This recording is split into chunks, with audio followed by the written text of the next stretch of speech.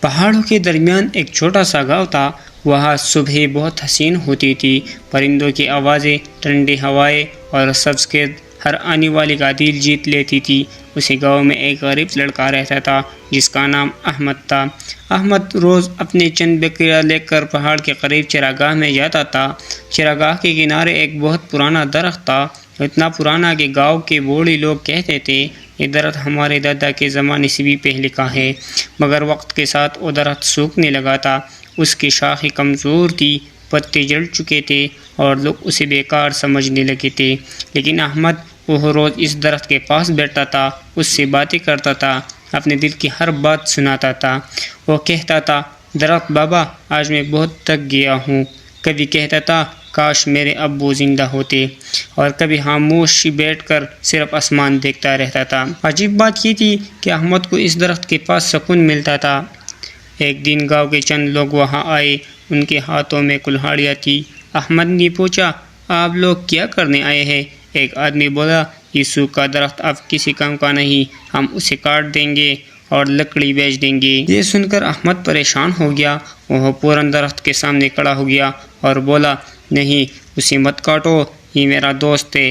لوگ ہنسنے لگے، ارے پاگل لڑکے، درخت بھی کبھی دوست ہوتے ہیں۔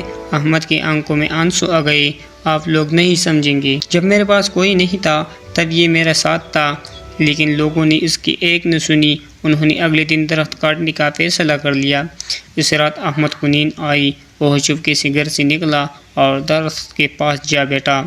ہوا آہستہ آہستہ چل رہی تھی، چاندنی رات میں وہ سوکھا درخت اور بھی اداس لگ رہا تھا۔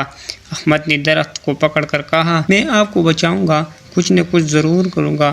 اتنے میں اچانک ہوا تیز ہو گئی، درخت کے شاخیں ہلنے لگے اور پھر ایک دھیمی سی آواز آئی، احمد ڈر گیا۔ اس نے ادھر ادھر دیکھا کہ کون ہے۔ آواز دوبارہ آئی، ڈرو مت، میں ہوں۔ احمد حیران رہ گیا، یہ آواز درخت سے آ رہی تھی۔ درخت بولا، بیٹا میں بہت سالوں سے اس گاؤں کو سایہ دیتا رہا، لوگوں کو پل دیے، پرندوں کو گھر دیا، لیکن اب میں بوڑھا ہو گیا ہوں۔ احمد کی آنکھوں سے آنسو بہنے لگے، لیکن آپ کو کاٹ دیں گے۔ درخت نرم آواز میں بولا، ہر چیز کا ایک وقت ہوتا ہے، لیکن یاد رکھنا محبت کبھی ختم نہیں ہوتی۔ پھر درخت نے کہا، میرے جوڑوں کے پاس زمین کھودو۔ احمد نے حیرانی سے مٹی کھودی، وہ ایک چھوٹا سا لکڑی کا صندوق تھا۔ احمد نے اسے کھولا تو اندر پرانے سکے اور کچھ زیورات تھے۔ احمد حیران رہ گیا، یہ کیا ہے؟ درخت بولا، بہت سال پہلے ایک مسافر نے یہ امانت پہلے چھپائی تھی، میں نے اسے محفوظ رکھا تھا، اب یہ تمہارا ہے۔ احمد رونے لگا، میں آپ کو نہیں کھونا چاہتا۔ درخت خاموش ہو گیا، ہوا آہستہ چلتی رہی اور احمد وہی بیٹا سو گیا۔ اگلی صبح گاؤں والے کلہاڑیاں لے کر پہنچے، مگر آج منظر بدلا ہوا تھا۔ احمد درخت کے سامنے کھڑا تھا، اس نے زور سے کہا، یہ درخت نہیں کٹے گا۔ لوگ ہنسنے لگے۔ تب احمد نے صندوق کھولا، سارے لوگ حیران رہ گئے۔ گاؤں کے بزرگ نے کہا، یہ تو بہت قیمتی خزانہ ہے۔ احمد بولا، یہ خزانہ اس درخت نے محفوظ رکھا تھا، اگر یہ نہ ہوتا تو یہ سب بھی نہ ہوتا۔ لوگ خاموش ہو گئے۔ پھر ایک بوڑھا آدمی آ گیا، اس نے درخت کو غور سے دیکھا اور کہا، ہم واقعی بہت خود غرض ہو گئے تھے، اس دن کے بعد کسی نے درخت کاٹنے کی بات نہ کی۔ گاؤں والوں نے اس کے ارد گرد باڑ لگائی، بچے وہاں کھیلنے آنے لگے، لوگ اسے محبت والا درخت کہنے لگے۔ احمد نے خزانے کے پیسوں سے گاؤں میں ایک چھوٹا سا اسکول بنایا اور اسکول کے دروازے پر ایک جملہ لکھوایا، جو خاموشی سے ساتھ دے وہی سچا دوست ہوتا ہے۔ سال گزر گئے، احمد بڑا ہو گیا، لیکن وہ آج بھی کبھی کبھی اس درخت کے پاس بیٹھتا ہے۔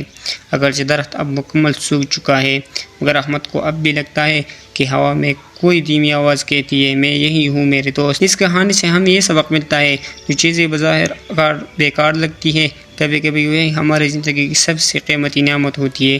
محبت، وفاداری اور شکر گزاری کبھی ضائع نہیں جاتی۔